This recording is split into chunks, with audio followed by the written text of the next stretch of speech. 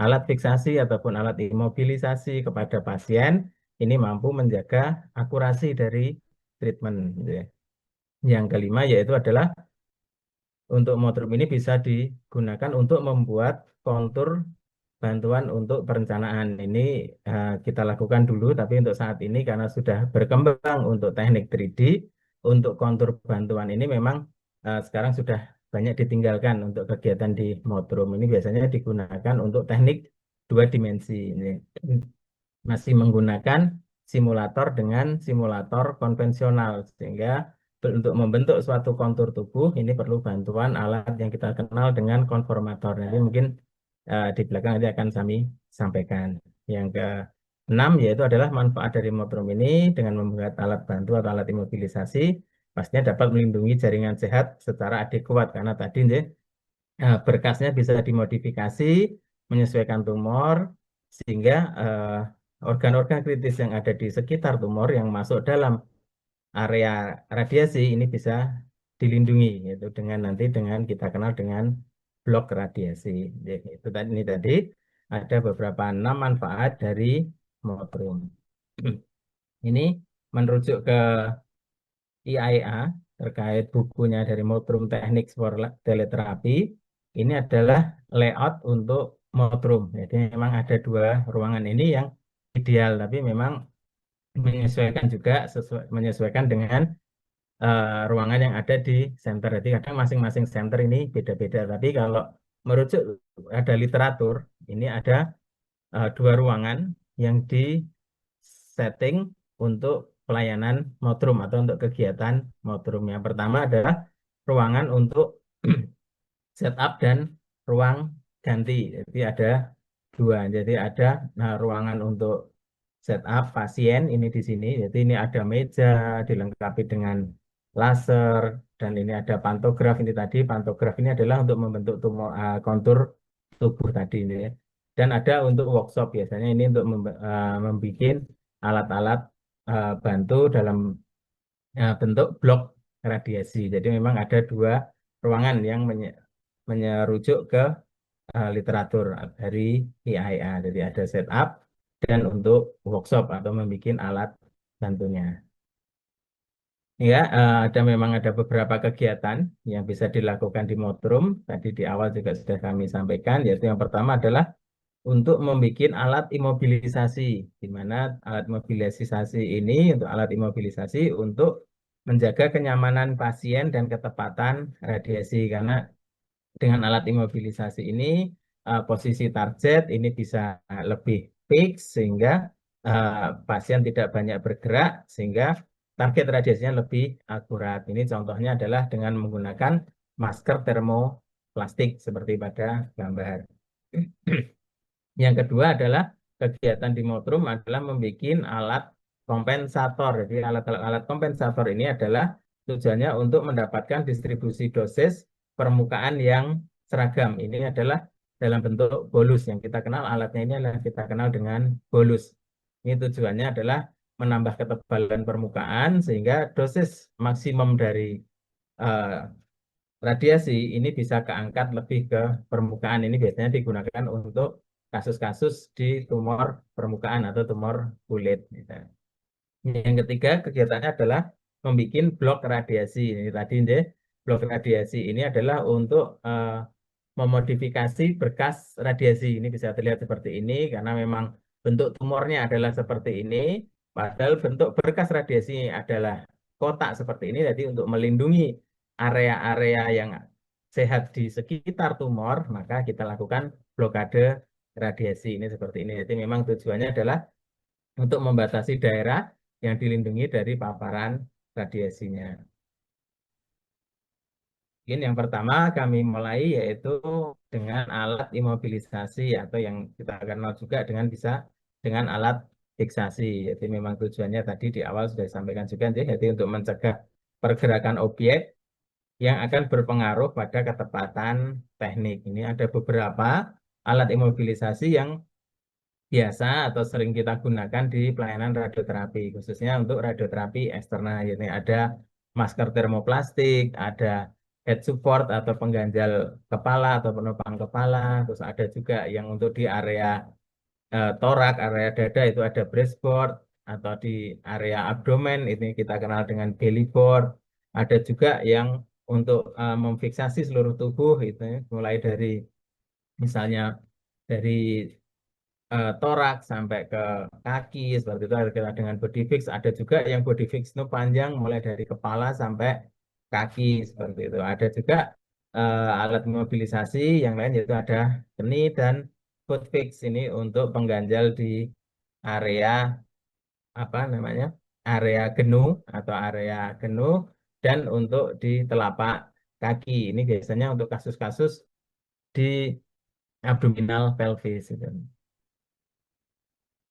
Nah, ini adalah contoh untuk masker termoplastik. Ini ada berbagai macam ya dari pabrikan yang memproduksi untuk masker termoplastik ini. Biasanya bisa digunakan untuk kepala. Jadi ini adalah contoh masker termoplastik yang digunakan untuk memfiksasi target di area kepala. Misalnya seperti untuk regio di kepala dengan menggunakan masker termoplastik seperti ini. Atau juga misalnya untuk kasus-kasus kanker yang kepala leher, untuk kasus kanker kepala leher, misalnya kayak di tiroid atau nasofaring, tiroid, terus ada paring, ada laring, seperti itu. Jadi bisa menggunakan masker head neck seperti ini. Jadi untuk memfiksasi area kepala dan bahu supaya target yang ada di area kepala leher ini bisa fix. Ya, dan ini yang biasa gunakan juga, ini salah satu contoh masker termoplastik yang digunakan di area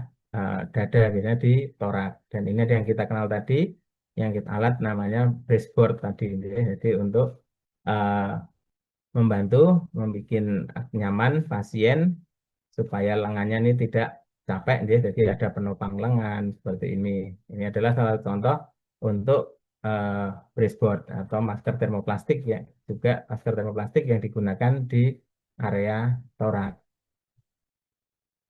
Untuk alat imobilisasi imobilisasi lainnya tadi ya, jadi selain masker termoplastik ini ada yang kita kenal dengan penyangga kepala atau head support. Ya, ini ada berbagai macam. Ini menyesuaikan dengan kasus atau permintaan dari dokter. Misalnya di area nasofaring pasiennya harus hiperekstensi ya, berarti kita menggunakan bantalan kepala yang hiperekstensi. Atau pasiennya yang minta, dokternya minta bisa dibikin sedikit fleksi misalnya. Ini nanti menyesuaikan dengan perencanaan dari dokter dan juga melihat dari kenyamanan pasien karena mungkin pasien ada pembesaran kelenjar getah bening misalnya kayak kasus-kasus di nasofaring di area-area tumor untuk head neck ya, itu kadang ada sudah yang stadium 3 ke atas itu ada pembesaran kelenjar getah bening di area leher, di submandibula, di supraklavnya sehingga pasien mungkin dengan bantalan kayak misalnya nasofaring dan bantalan yang hiperekstensi seperti ini mungkin pasiennya sedikit tidak nyaman sehingga bisa dipilihkan bantal yang kira-kira pasien ini nyaman seperti itu. Dan ada kita kenal dengan base plate ini seperti ini. Base plate ada macam-macam. Jadi kalau ini adalah base plate yang digunakan mungkin untuk area kepala misalnya untuk di kasus-kasus di regio kepala. Kalau yang ini adalah base plate yang sampingnya ini untuk area pelvis. Jadi ada pelvis, ada pengunci di sini. Kalau yang ini digunakan biasanya untuk di area regio kepala, leher, ataupun juga yang di area torak. Ini bisa digunakan. Ini tadi ya, ini adalah contoh alat-alat imobilisasi atau alat fiksasi yang kita kenal dengan head support dan base plate. Selain itu juga ada yang tadi saya sampaikan, yaitu ada breastboard. Ini ada berbagai macam bentuk. Kebetulan di Rumah Sakit Dr. Muardi ini ada dua. Ini keduanya ini kita punya. Ini memang ada beda merek, tapi secara fungsi adalah sama. Kalau breastboard ini bisa digunakan untuk kasus-kasus CA paru atau area payudara seperti itu, atau mungkin kasus di kelenjar timus, mungkin di area-area regio torak ini bisa menggunakan breastboard. Ini posisi yang seperti ini ada penyangga lengan supaya lengannya bisa ke atas sehingga area torak ini eh, bisa terbebas dari gambaran tangan supaya tidak tangan ini lengan tidak terpapar radiasi pada saat dilakukan planning ataupun dilakukan pemberian dosis radiasi di pesawat radioterapi seperti itu.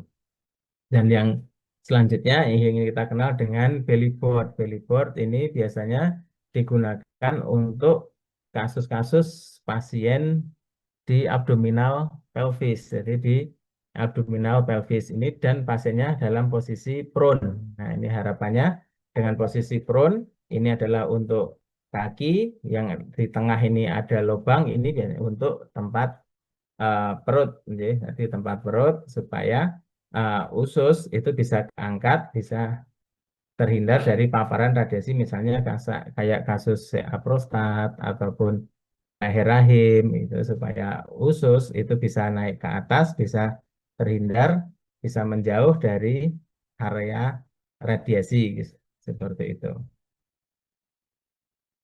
Untuk selanjutnya yang kita kenal dengan backlog, ini seperti ini. Jadi sebelumnya, sebelum divakum, ini dia lunak, lurus, jadi kayak kasur seperti itu, deh. Jadi kayak kasur, dia lunak, lalu divakum. Jadi nanti setelah divakum, nanti akan membentuk sesuai dari kontur pasien. Ini bentuknya adalah seperti ini. Ini adalah contoh body fix. Selanjutnya yang kita kenal dengan knee and foot fix. Nah, ini khususnya untuk area-area abdominal pelvis sehingga supaya pasien lebih nyaman dan tidak banyak bergerak, maka ini di area genu kita kasih atau di area keni ini kita kasih uh, bantalan seperti ini bentuknya dan juga supaya posisi panggul lebih nyaman dan lebih fix, tidak goyang-goyang. Dan ini juga untuk penyangga kaki, ini bentuknya seperti ini. Ada yang seperti ini tergantung nanti dari merek. Terus bagaimana untuk prosedur dalam membuat masker? Dalam prosedur untuk membuat masker termoplastik, ini memang ada 4 tahapan. Ini saya merujuk dari Standar Kompetensi Kerja Nasional Indonesia untuk radiografer. Jadi ada yang pertama adalah persiapan, yang kedua adalah proses pencetakan, yang ketiga adalah kita melakukan cek ketepatan hasil cetak masker fiksasinya, dan yang keempat yaitu tahapannya adalah kita mendokumentasikan atau mencatat data proses pencetakan masker. Baik, kita mulai. Yang pertama yaitu adalah terkait persiapan. Untuk persiapan ada peralatan, alat dan bahan yang perlu dipersiapkan. Ini ada bahan orbit atau bahan termoplastik. Mohon maaf, ini untuk orbit ini adalah merek, ya. Jadi untuk merek. Mungkin kalau bahannya kita kenal dengan bahan termoplastik. Terus ada bak air panas. Namun untuk saat ini ada juga Nah, untuk pemanasnya, untuk pemanasan masker termoplastik ini, ada yang menggunakan oven, jadi tidak menggunakan air lagi. Untuk merek tertentu yang beredar di pasaran ini sekarang di Indonesia juga sudah ada, tidak menggunakan air panas untuk melunakkan bahan ini, tapi menggunakan oven seperti itu. Yang ketiga ada peralatannya itu adalah alas masker tadi baseplate ya, menyesuaikan dengan organ yang akan diberi masker fiksasi atau masker termoplastik tadi. Ya, jadi bisa menggunakan yang hanya untuk kepala kalau memang targetnya misalnya mau meradiasi seluruh otak misalnya, jadi atau whole brain seperti itu berarti cukup itu. Kalau misalnya nasofaring berarti menggunakan baseplate yang untuk apa namanya untuk kasus head neck seperti itu. Kalau memang di area mana panggul di area abdominal pelvis maka baseplate-nya menggunakan yang untuk hip tadi. Dan juga disiapkan adalah pengunci masker. Jadi memang ada pengunci masker ini bentuknya sudah pin. Ini jadi satu dengan bahan termoplastiknya, namun ada juga penguncinya ini terpisah. Jadi kayak dijepit. Nanti mungkin saya ada sedikit video nanti supaya bisa memperjelas. Selanjutnya adalah prosedur untuk mencetak. Ini tahapannya yaitu adalah suhu. Ini suhu airnya itu rata-rata menurut beberapa referensi itu adalah 60 sampai 70 derajat. Untuk dipanaskan dulu. Nah, ini kita untuk water bathnya tadi, ya, biasanya sudah ada digital water bath. Lalu bersihkan termoplastik, pastikan tidak ada kotoran atau eh, noda yang menempel di masker supaya tidak melukai pasien atau bisa membuat nyaman pasien. Selanjutnya itu adalah pasien bisa tidur di meja dengan alas masker tadi ya, dengan alas faceplate. Kalau memang kepala di area kepala dan atau kepala leher ini bisa dikasihkan bantalan kepala tadi ya, ada berbagai bentuk tadi. Yang penting pasien posisi nyaman. Lalu dilanjutkan yaitu adalah memasukkan masker termoplastik dengan air dan pastikan semua terendam. Jadi supaya masker termoplastik ini segera melunak dan nanti setelah melunak nanti bisa diangkat, ditiriskan, lalu dipasang ke pasien. Jadi, dipasang pasien, lalu setelah disesuaikan dengan bentuk dari kontur pasien, lalu dilakukan penguncian masker. Lalu dibentuk masker menyesuaikan dengan bentuknya, misalnya di area dagu, di area shoulder, itu seperti apa harus ditekan. Tapi tekannya tidak boleh terlalu keras supaya bentuknya bisa tidak terlalu kencang ke pasien. Gitu.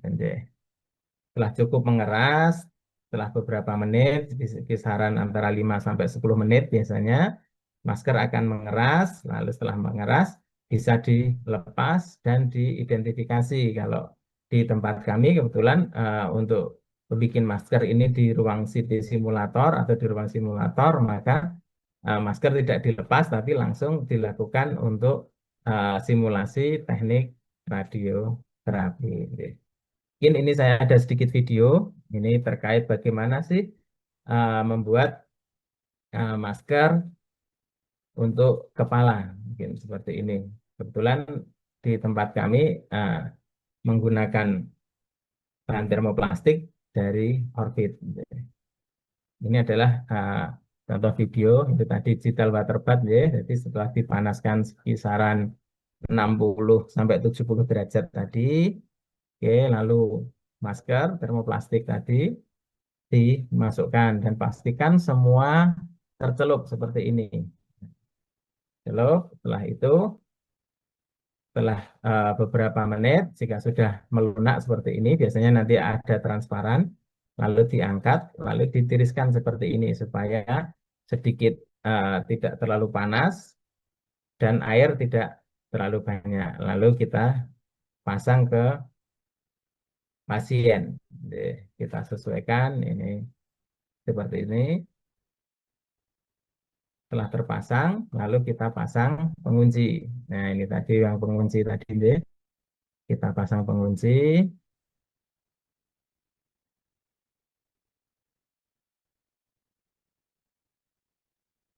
Nah, setelah semua terkunci, lalu kita tekan-tekan dengan lembut sesuai kontur dari menekannya tidak terlalu keras. Takutnya kalau terlalu keras, nanti setelah mengering akan terlalu terlalu kencang deh, sehingga pasiennya biasanya jadi tidak nyaman.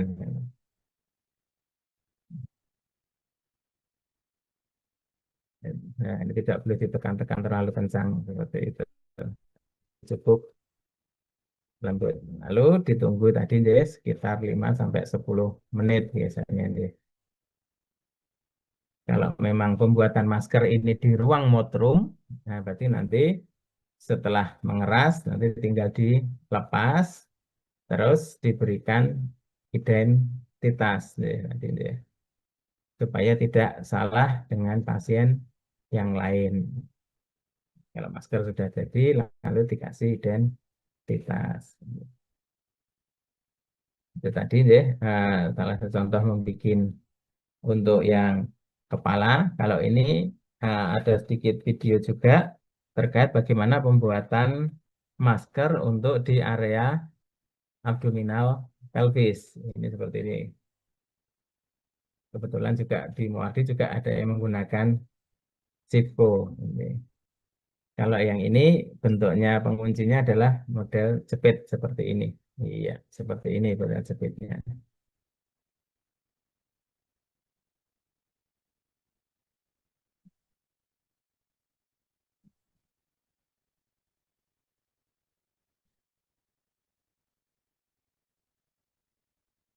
Nah, memang biasanya ini digunakan untuk kasus-kasus di area abdominal pelvis. Ini atau kita kenal dengan maskernya itu adalah masker heat fix seperti itu.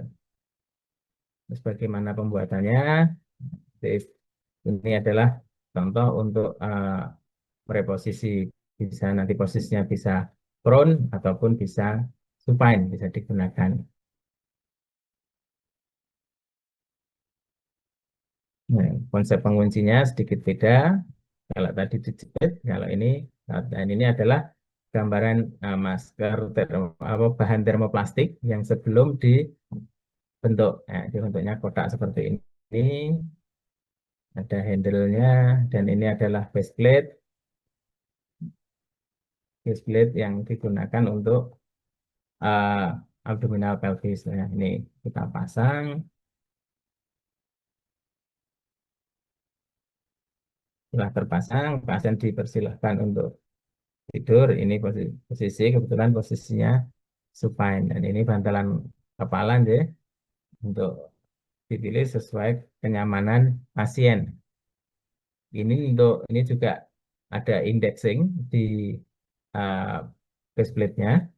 Ini tujuannya adalah untuk menentukan titik isocenter. Jadi pada saat kita lakukan planning, kita menyesuaikan titik isocenternya, itu di situ ada uh, apa namanya, ada indeks untuk posisinya di mana untuk memudahkan dalam setup juga. Tadi sama dengan di kepala, water bath di setting jika sudah panas dan sudah lunak masker termoplastiknya, maka kita angkat lalu ditiriskan supaya sedikit mengurangi panas dan juga tidak terlalu banyak air. Lalu kita pasang seperti ini. Pasang, sesuaikan pin, di sini pin yang sesuai dengan bentuk pasien, lalu dikunci. Jadi secara prinsip untuk membuat masker termoplastik tadi ya sama ya, dipanaskan dulu water bath-nya atau oven sesuai dengan suhu yang direkomendasi dari pabrikan. Tadi rata-rata sih dari beberapa pengalaman saya sebagai literatur itu ada 60 sampai 70 derajat. Setelah itu masker termoplastik dimasukkan. Setelah itu dipasang ke tubuh pasien. Nah, tadi setelah itu nah, setelah terpasang dikunci. Setelah kunci tadinya didokumentasikan tadi. Ini tahapannya sama deh kalau ini di ruang modroom seperti ini. Oke, tadi terkait masker termoplastik. Sekarang eh, contoh bagaimana kita menggunakan body fix atau vakum locknya atau vac lock yang kita kenal dengan vac lock. Nah, ini adalah contoh bagaimana kita membuat alat imobilisasi dengan vac lock. Nah, nanti adalah contohnya adalah seperti ini. Ya. Jadi dia akan nanti mengeras menyesuaikan dengan kontur tubuh pasien.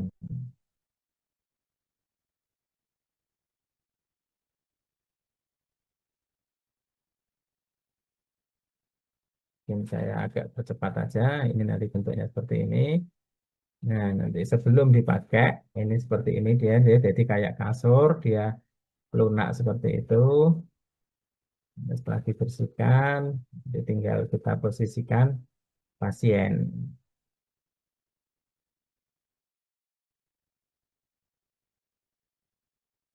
Jadi bentuknya macam-macam seperti ini. Ini adalah tahapannya, nanti deh kita lakukan. pemasangan sesuai pengunci supaya backlognya ini tidak bergeser-geser, tidak bergerak-gerak dan juga sebagai tanda juga nanti di meja pemeriksaan itu nanti ada indeksnya, jadi ada mungkin ada satu, dua, tiga menyesuaikan alatnya. Kalau di menggunakan pesawat radiasi elekta itu ada A, B, C, D gitu, ada satu, dua, tiga. Kalau menggunakan produknya varian itu ada F1, F2, F4, ada H1, H2 seperti itu. Nah, ini tadi deh, jadi setelah pasien ini diposisikan, nah lalu di vakum seperti ini. Nah, dibentuk, divakum, dibentuk sesuai dengan kontur pasien.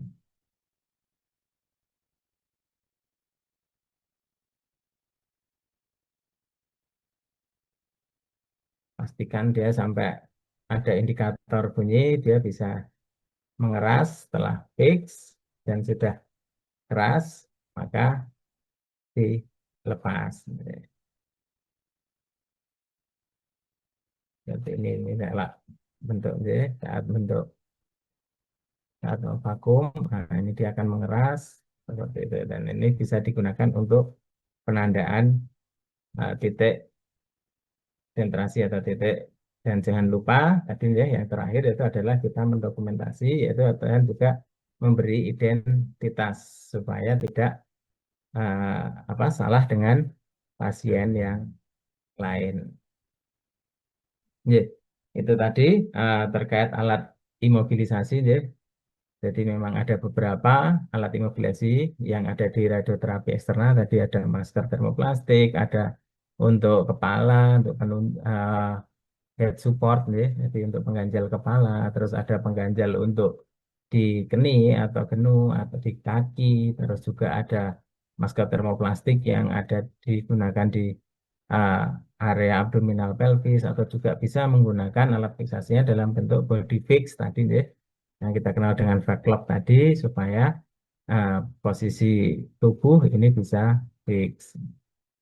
Yang kedua, setelah alat imobilisasi atau alat fiksasi, ini ada juga yang kita kenal dengan alat kompensator. Ini alat kompensator ini merupakan alat atau beberapa sarana radioterapi yang digunakan untuk kasus tumor maupun kanker yang diletaknya di permukaan. Ini biasanya di area permukaan kulit ya. Tujuannya tadi itu adalah untuk meningkatkan dosis yang ada di permukaan karena memang untuk radiasi eksternal karena radiasi dari luar itu dosis maksimumnya itu bervariasi. Ya, kalau dengan menggunakan telekobalt itu setengah senti dari permukaan kulit dosis maksimumnya. Terus untuk linek yang 6 mV itu bisa 1 sentinan. Terus kalau yang 10 mV itu bisa 1,5 dosis maksimumnya. Sehingga kalau untuk menggunakan dosis-dosis untuk area-area permukaan, misalnya kayak tumor kulit, nah otomatis dosis yang diterima itu akan kurang AD kuat. Sehingga untuk memberikan dosis yang optimal atau maksimal ke kulit, maka ditambahlah kompensator. Ini harapannya kompensator ini dapat mengangkat, ya, jadi mengangkat dosis maksimumnya. Misalnya kayak dengan menggunakan telekopal atau linek tadi, ya, misalnya ketebalan kompensatornya ini misalnya 1 senti, gitu. Jadi biar dosis maksimumnya pas tepat di permukaan kulit. Ini adalah tujuan dari kompensator. Yang selanjutnya yaitu adalah untuk pengertian. Ya, selain tadi alat kompensator, ada juga yang dengan beam modifikasi. Jadi untuk tujuannya adalah untuk meratakan kontur permukaan kulit sehingga sementara tetap melindungi kulit. Ini tadi ya, alat kompensator. Misalnya seperti ini kita pasang, harapannya nanti saat diradiasi dosis maksimumnya bisa keangkat dan area paru yang area di sini atau organ kritis yang di bawah itu bisa sedikit dikurangi. Juga adalah untuk memungkinkan untuk alat kompensator ini adalah untuk homogenitas dosis pada permukaan yang irregular. Misalnya bentuknya ini tidak beraturan, misalnya di area, misalnya ada tumor kulit di area leher. Di area leher ini bentuknya tidak rata, sehingga untuk meratakan supaya distribusi dosisnya lebih homogen, lebih bagus, maka diperlukan kompensator tadi. Untuk kompensator itu tadi bisa berupa bolus, juga bisa dengan menggunakan wedge filter seperti itu. Nah, ini ada beberapa untuk jenis kompensator. Ini ada bolus keras, yang ini bolus lunak, ada aluminium ini. Untuk yang sering digunakan yaitu adalah dengan menggunakan bolus lunak. Jadi, untuk bolus keras ini biasanya digunakan untuk area-area ekstremitas seperti itu. Untuk yang bolus lunak ini terbuat dari bahan lilin, ini lunak hampir sama dengan bolus keras. Dan untuk radiasi untuk biasanya elektron, dan ini misalnya lebih tipis ya, supaya lebih tipis ini tadi. Misalnya untuk area kayak di kaki, supaya karena bentuk permukaannya ini irregular, tidak rata, maka diberikan bolus seperti ini supaya nanti saat dilakukan radiasi dari samping, dari atas, dari bawah itu bentuk konturnya atau distribusi dosisnya lebih homogen, lebih bagus karena permukaannya rata sehingga memudahkan dalam melakukan kalkulasi dosis. Gitu. Mungkin ada juga yang terbuat dari aluminium adalah seperti ini, namun ini jarang digunakan untuk di Indonesia. Ini adalah contoh tadi penggunaan bolus seperti ini. Misalnya karena targetnya adalah di area payudara supaya nanti dosis yang diterima paru juga berkurang dan dosis yang diterima di area payudara ini cukup optimal, maka dipasang bolus seperti ini karena memang menggunakan targetnya dari payudara memang di area permukaan sehingga supaya dosis yang diterima di permukaan untuk tumornya ini bisa lebih optimal atau dengan bentuk yang irregular seperti ini supaya bentuknya bisa menyesuaikan ini saya di area hidung adalah nanti seperti ini nanti. Ini adalah contoh bentuk pemasangan bolus pada pasien.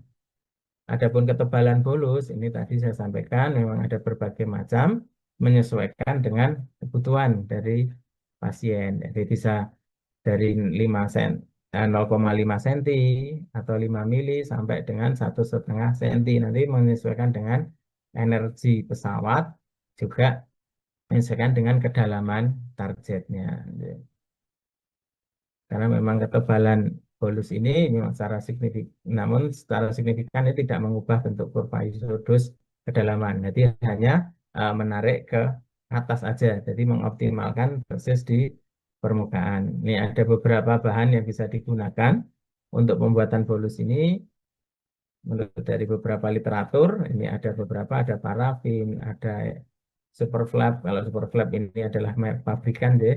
Bisa menggunakan thermoplastic sheet, dental wax ini untuk membuat uh, apa gigi palsu, itu dia untuk cetakan gigi palsu itu juga kadang bisa digunakan.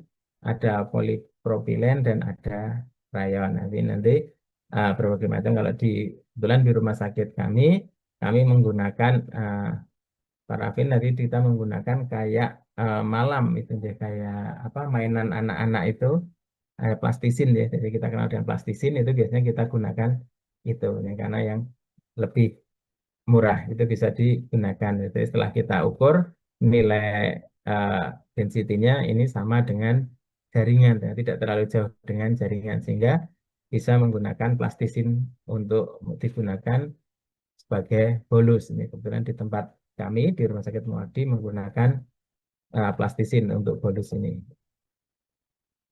Untuk prosedur pembuatannya, ini adalah yang pertama pasti sesuai permintaan dari dokter. Jadi dari dokter akan merencanakan seperti apa targetnya supaya mengangkat karena dokter menetapkan oh kedalamannya yaitu eh, kira-kira sekitar pas di permukaan kulit. Nah, sehingga alatnya menggunakan apa? Dokternya menggunakan misalnya oh dengan linek tapi elektron. Kalau elektron itu tidak terlalu dalam demaksnya. Misalnya kalau menggunakan eh, kobalt, nah, menggunakan telekobalt, oh itu sekitar 0,5 cm sehingga menggunakan ketebalan bolusnya juga menyesuaikan dengan energi tersebut sesuai dengan perencanaan. Untuk perangkatnya disiapkan sesuai kebutuhan, ya, nanti disesuaikan aja, nanti jumlah ukurannya, bentuknya memang menyesuaikan dengan perencanaan. Untuk tahapan prosesnya bolus, yaitu menyiapkan ukuran wadah, jadi memang kalau yang cetak, ya, tadi kalau dari bahan-bahan tertentu, kalau menggunakan lilin atau parafin tadi, ini harus menggunakan cetakan, jadi dilebur dulu sampai dalam bentuk cair. Setelah itu dibuat cetakan menyesuaikan dengan kontur pasien seperti itu, nanti dicetak, jadi kayak bikin gips gitu. Dan beberapa alat pelindung diri ini bisa disiapkan karena saat mencetak itu mungkin ada uap juga, jadi jika terlalu panas itu pelindung pelindung diri misalnya kayak handscoon, masker itu perlu dipakai. Lalu hasil cetak bolus ini dicek kecepatannya, dicek, dipaskan ke pasien lagi, disesuaikan. Kalau memang sudah oke, tinggal kita beri identitas.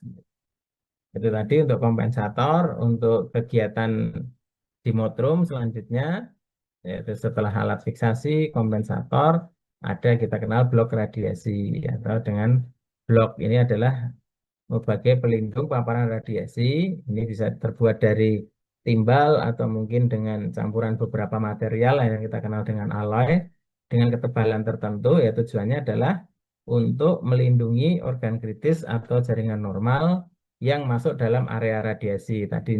Jadi misalnya seperti di samping ini, bentuk tumornya adalah seperti ini, namun berkas radiasinya adalah kotak seperti ini. Jadi supaya melindungi organ-organ di sekitar tumor yang masuk dalam area radiasi, maka kita pasang blok seperti ini. Nah, untuk bahannya sendiri, ini tadi dia bisa dari PB atau logam, campuran logam yang kita sebut dengan alloy. Dan ini adalah contoh alloy di tempat kami yang ada di Rumah Sakit Dr. Moardi. Ini digunakan alloy dengan campuran seperti ini. Dan ini sudah pabrikan ya, jadi tinggal beli aja di vendor, ini sudah ada. Dan ini campurannya yang kami gunakan yaitu di sini melihat dari spesifikasinya, alloy yang ada bismut, ada timah, ada timbal, dan kadmium. Dan untuk membentuk ini dilebur dengan melting pot atau alat uh, pelebur khusus. Nah, nanti tinggal setelah cair, alloy-alloy ini setelah cair, nanti tinggal dicetak menyesuaikan dengan kebutuhan. Dan blok sendiri ini ada dua, ada positif blok, ada negatif blok. Kalau yang positif blok ini di mana area sentral lapangan radiasi yang dilakukan blocking. Tapi kalau yang negatif ini adalah di area pinggir yang dilakukan blok seperti ini. Kalau yang positif dia di tengah gini, tapi yang sekitar yang di radiasi, misalnya kayak uh, meradiasi di area supraklavikular. Yang ini kayak dilindungi adalah di area parunya seperti ini, jadi di tengah-tengah. Tapi yang sekitar inilah yang diradiasi, ini yang kita kenal dengan positif blok. Kalau yang negatif tadi kayak gambar tadi ini targetnya di tengah, nah yang samping-samping ini dilakukan blocking. Untuk bentuk blok ini memang mengikuti geometri berkas radiasi dan bisa dipasang di head gantry ini seperti ini. Mungkin di gambar ini bisa terlihat di gambar yang di bawah. Ini peletakan dari bloknya. Ini adalah di head gantry. Ini di bawah dari kolimator seperti ini. Untuk ketebalannya, untuk untuk berkas foton jika menggunakan PB, ini harapannya adalah dengan dilakukan blok ini, organ kritis itu hanya menerima 5% atau kurang dari dosis yang diberikan. Nah, sehingga untuk mengurangi dosis tersebut, jika menggunakan telekobalt, ketebalan blok atau PB itu sekitar 5 cm. Jika menggunakan linek dengan 4 MV, ini diperlukan ketebalan blok eh, setebal 6 cm. Kalau menggunakan 6 mV 6,5, tapi kalau menggunakan 10 mV 7 cm. Jadi semakin energinya semakin besar, maka blok radiasi yang dibikin agak cukup besar. Tapi kalau menggunakan alloy seperti di tempat kami, ini ketebalannya yaitu untuk jika menggunakan foton bisa sekitar 7,5 cm. Jadi setelah kita ukur, ternyata untuk mengurangi dosis tinggal 5%-nya itu diperlukan kalau alloy kami setebal 7,5 cm. Dan untuk bagaimana untuk yang membuat blok radiasi tersebut, nah ini tahapannya seperti ini. Dari citra planning, ini nanti dibikin kontur, kontur nanti setelah itu dicetak, jadi membikin, mohon maaf, membikin untuk alat cetakannya. Ini alat cetakannya ini dari styrofoam. Jadi setelah konturnya ini jadi, lalu diletakkan di styrofoam, digambar di styrofoam, lalu dilakukan cutting seperti ini. Setelah di-cutting, nah nanti tinggal bentuk seperti ini, bentuk dari styrofoam tinggal nanti kita tuang setelah seroben tadi atau PB yang sudah dilelehkan. Kalau setelah dilelehkan dia setelah cair, nanti tinggal dituang ke cetakan seperti ini untuk tahapan uh, membuat blok. Ini adalah beberapa contoh, misalnya untuk di area brain ya, karena memang targetnya adalah di area kepala semua, jadi bloknya adalah seperti ini. Misalnya kayak ini tadi yang untuk di area supraklavikular untuk mengejar kelenjar getah bening di supraklavikular dan aksila. Nah, ini bloknya, ini adalah untuk melindungi organ paru seperti ini. Jadi bentuknya seperti ini untuk melindungi paru dan jantung seperti ini. Karena targetnya adalah di area supraklavikular, infraklavikular dan di kelenjar aksila. Ini adalah beberapa contoh untuk blok radiasi. Jadi kalau yang menggunakan foton, tapi kalau yang menggunakan elektron, nah ini legiannya lebih tipis. Ini juga dipasang pas di aplikator elektron. Jadi ini memang ada aplikator khusus jika menggunakan berkas elektron, dan untuk bloknya ini dipasang di bawah seperti ini, bentuknya seperti ini. Dan untuk ketebalannya ini bervariasi juga menyesuaikan dengan energi yang digunakan. Jika menggunakan 5 mega elektron volt ini cuma 2 mili, tapi kalau menggunakan 10 mega elektron volt ini 4 mili. Kalau menggunakan 14 mega elektron volt, ya ini diperlukan ketebalan blok radiasi setebal 6 mili. Tapi karena memang elektron ini tidak terlalu dalam untuk daya tembusnya. Untuk tahapannya adalah seperti ini. Yang pertama pastinya sama dengan membuat kompensator pun alat termoplastik tadi deh, jadi menyesuaikan dengan perencanaan dari dokter. Dokter merencanakan di mana targetnya, terus kira-kira mana yang harus dilakukan blocking. Setelah itu, nah, baru kita siapkan peralatan, perlengkapan tadi deh. Jadi ada beberapa perlengkapan yang harus disiapkan. Lalu desain bentuk dan ukuran blok sesuai data tadi deh. Jadi kayak tadi tahapan pertama membuat cetakan tadi, membuat cetakan, lalu uh, pembuat tahapan prosesnya ini tadi guys, setelah didesain lalu dilakukan plotting desain bloknya di styrofoam, lalu dilakukan uh, pemotongan menyesuaikan tadi guys sesuai dengan bentuk desainnya, lalu tadi alloy atau PB-nya itu bisa dilelehkan, dipanaskan, lalu bisa dituangkan ke cetakan tadi. Lalu setiap hasil cetak nanti bisa dicek ketepatannya. Nanti kalau setelah mengeras, setelah jadi, dicek lagi sesuai dengan perencanaan atau belum. Kalau memang sudah oke, maka hasil cetak ini bisa diberikan identitas supaya tidak salah tadi, ya, tidak salah dengan pasien yang lain. Nah, ini adalah ada sedikit contoh bagaimana membuat blok supaya lebih Jelas nih.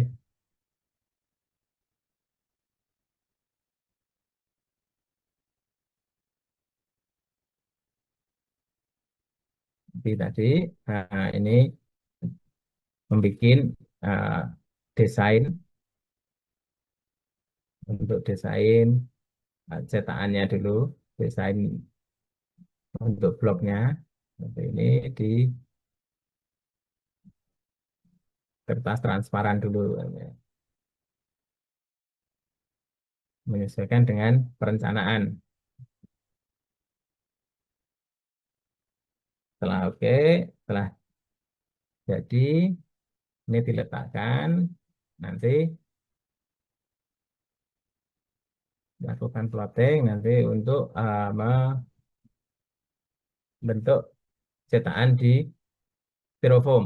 Jadi sebelum dipotong.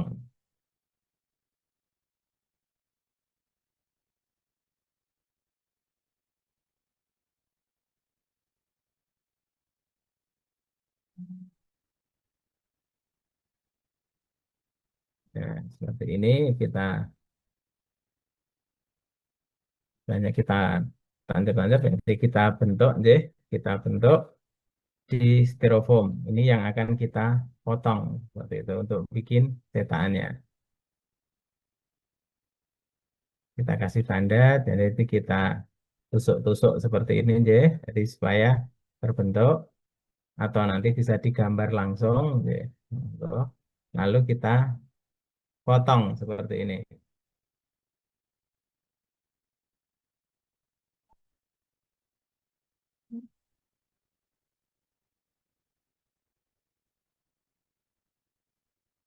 Menyesuaikan dengan plotting yang telah kita bikin.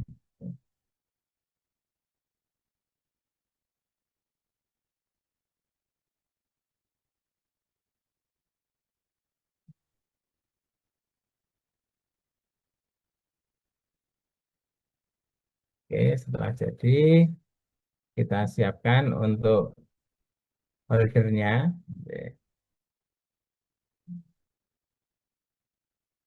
Nah, setelah itu, setelah holdernya kita siapkan. Nah, ini tadi yang sirupennya yang sudah kita lelehkan di melting pot, tinggal kita tuang untuk membentuk bloknya sesuai dengan target.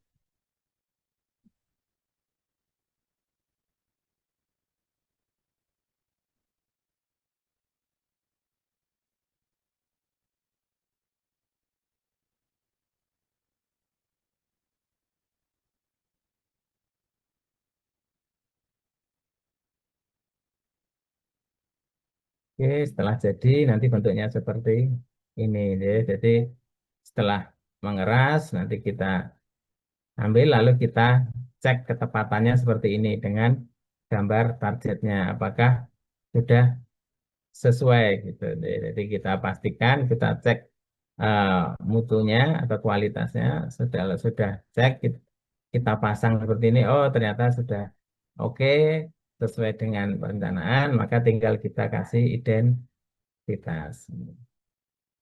Oke, terima kasih.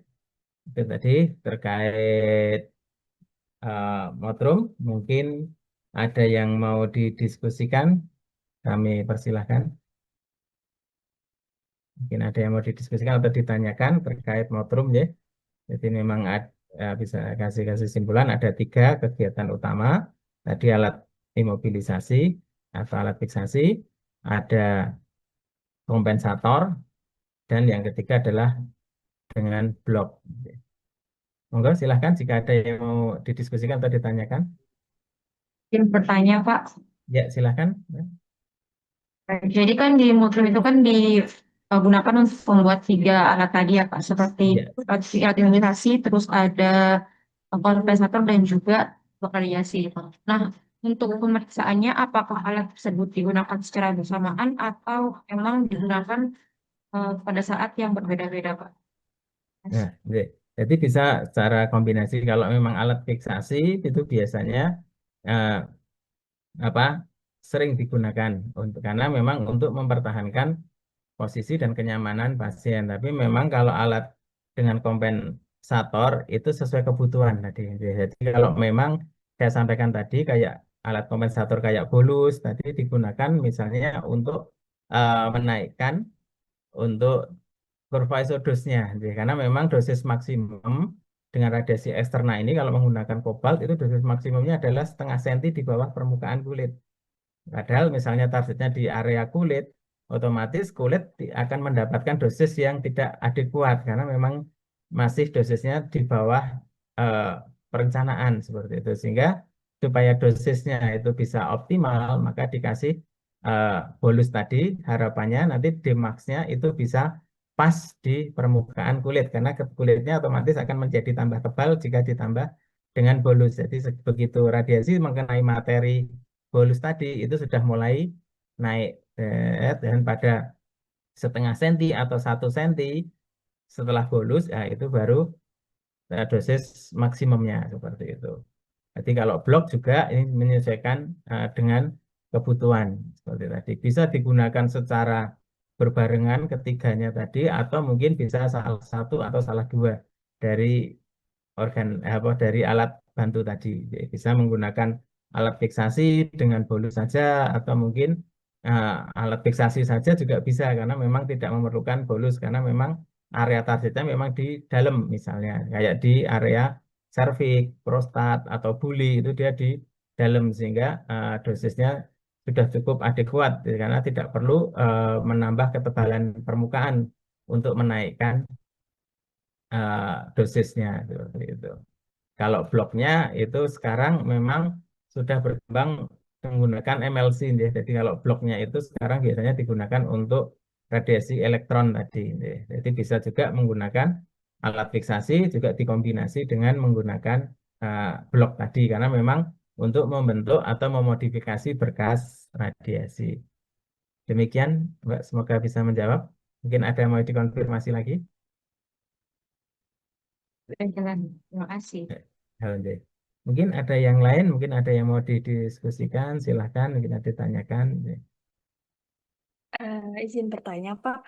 Ya, silahkan. Untuk alat bolus itu apakah bisa reusable atau digunakan ulang? Terus apakah bisa digunakan untuk semua pasien dengan catatan itu lokasi kankernya itu sama? Terima kasih. Oh, ya, Jay. Eh, untuk penggunaannya itu bisa dilakukan reuse, Jay. Jadi biasanya kami kalau menggunakan plastisin itu kita buntel kayak plastik apa yang untuk pembungkus buah, pembungkus itu, Jay. Jadi setelah eh, tidak digunakan oleh pasien tersebut bisa kita lepas dan bisa kita bersihkan. Dan kalau yang memang sudah super flat kayak pabrikan itu dia kedap air, jadi bisa dibersihkan seperti itu, bisa dilakukan reusable atau bisa digunakan kembali untuk pasien yang lain. Kalau kami eh, em, istilahnya apa yang kayak ngakali ya, jadi kayak ngakali yaitu seperti itu dibuntel kayak menggunakan plastik kayak yang untuk parcel-parcel buah gitu atau buntelan itu, jadi kita eh, lapisi plastik tersebut sehingga nanti bisa dibersihkan misalnya pasiennya kayak minta maaf kayak di payudara misalnya kayak pasiennya perdarahan, nah itu kan dia tidak mengenai ke bolusnya gitu, ya, tinggal kita lepas jadi kita ganti lagi kita ganti yang baru seperti itu sehingga nah bisa sedikit mengurangi eh, penularan infeksi gitu. Jadi kita lapisi pakai plastik. Jadi intinya sebenarnya masih bisa digunakan kembali. Ya, seperti itu. Terima kasih, Pak. Jadi mungkin ada yang mau bisa tanyakan lagi.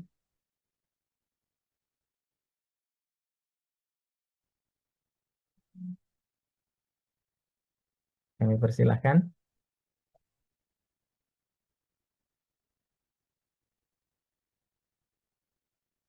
Baik, kalau memang sudah tidak ada yang mau ditanyakan ataupun mau didiskusikan kembali, mungkin untuk materi Motrum pada malam hari ini kami akhiri.